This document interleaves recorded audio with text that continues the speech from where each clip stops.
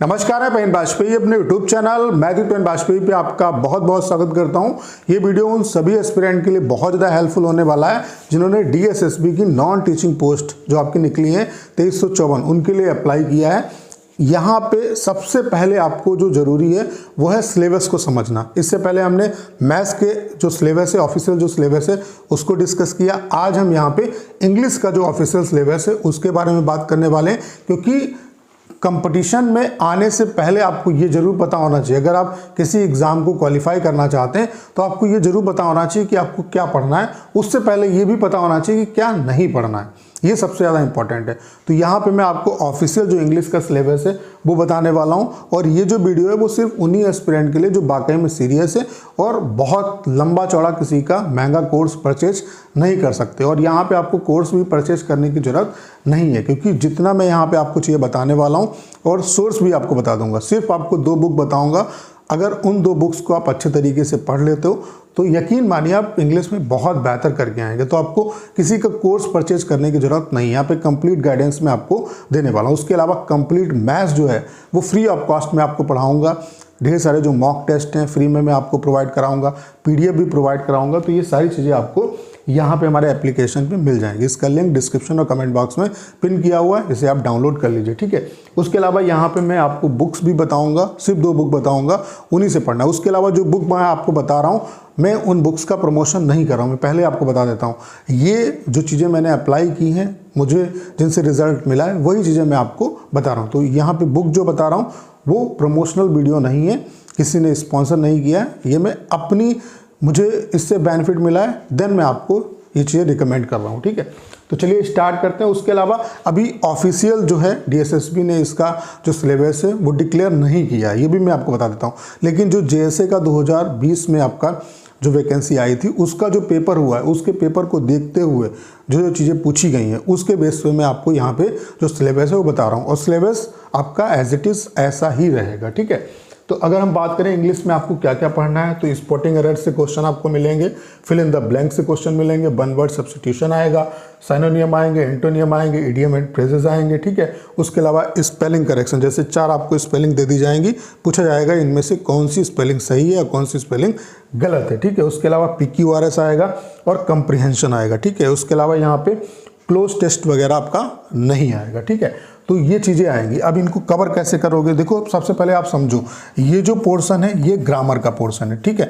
ये चीज़ें जैसे कि स्पॉटिंग एरर है और फिल इन द ब्लैंक्स, ये सब आप जब आपको ग्रामर के अच्छे तरीके से रूल पता होंगे तभी आप चीज़ें कर पाएंगे। इसके अलावा one word substitution, सिनोनियम, antonym, idiom and phrases, spelling correction, ये सारा जो पार्ट है वो वोकैब का पार्ट है। और ये जो PQRS और कंप्रीहेंशन है ये आपका रीडिंग का पार्ट है। तो आपको समझ में आ गया होगा कि चीज़ें किस तरीके से किन किन सेगमेंट पे आपको काम करना है।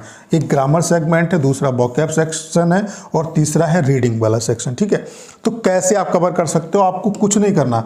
ये एक बुक आती है, इसको अगर आप नहीं आपके पास है तो खरीद लेना। मैं ये दावे के साथ कह सकता हूँ कि इस बुक में जितना भी पैसा आपको जाएगा आप हर बार मतलब महसूस करोगे कि हाँ मेरा पैसा अच्छी जगह पे गया है। बहुत अच्छी किताब है।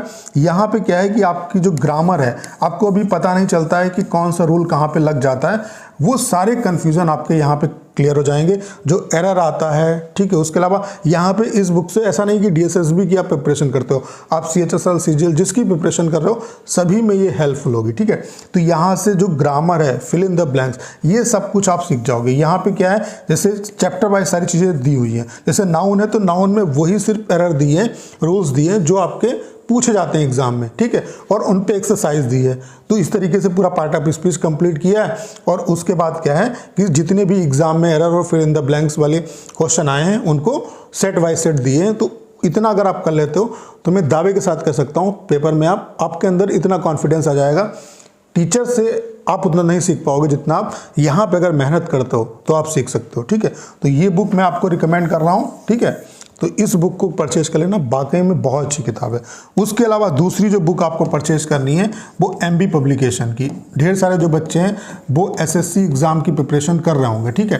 तो MB पब्लिकेशन की बुक आती है जिसमें सारे के सारे आपको प्रीवियस जो पेपर हुए हैं वो सारे मिल जाएंगे, MTS के, CHSL के, CGL के, CPO के, ठीक है। तो इसमें जो वोकैब दी है, इसमें क्या है कि शुरुआत में ही, बुक के शुरुआत में ही आपको इंपॉर्टेंट जो इडियम एंड फ्रेजेस हैं, इंपॉर्टेंट जो वन वर्ड सब्स्टिट्यूशन है वो दिए हुए हैं। तो सिर्फ उतने वन वर्ड सब्स्टिट्यूशन और इडियम एंड फ्रेजेस अगर आप याद कर लेते हैं तो उनसे आपका काम चल जाएगा, उससे बाहर कुछ भी नहीं आएगा, ठीक है। बाकी यहाँ पे जो सेट वाइज चीज़ें दी हैं, जब सेट आप पूरा सॉल्व करोगे तो उसमें आपके सिनोनियम की भी प्रैक्टिस हो जाएगी, एंटोनियम्स की प्रैक्टिस हो जाएगी, कंप्रिहेंशन की भी प्रैक्टिस हो जाएगी, ठीक है। बाकी क्लोज टेस्ट आप छोड़ सकते हो, ठीक है, क्योंकि जो आपके सिलेबस में है बस उनको करो।